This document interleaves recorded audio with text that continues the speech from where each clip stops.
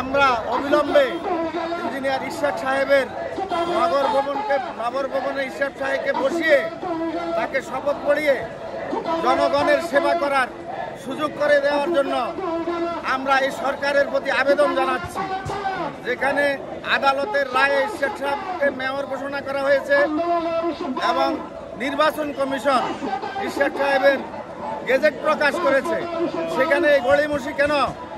আমরা মনে করি আগামী জাতীয় ইলেকশনে এই সরকারের স্বচ্ছতা জবাবদিহিতা প্রমাণ করার জন্য তারা অবিলম্বে ইঞ্জিনিয়ার ইশরাক সাহেবকে তারা নগর ভবনে শপথ পড়িয়ে বসিয়ে ওই স্বচ্ছতা এবং জবাবদিহিতার প্রমাণ করুন যে আপনারা স্বচ্ছ, আপনারা জবাবদিহিতার মধ্যে আছেন। আগামী জাতীয় ইলেকশনে আপনারা স্বচ্ছ থাকবেন, এটা জনগণের কাছে প্রমাণ করুন।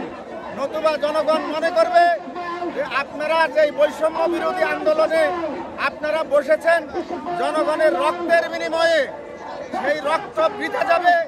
আপনারা স্বচ্ছ না, আপনারা জবাবদিহিতার মাঝে আছেন, এই প্রমাণ আপনাদেরকে করতেই হবে।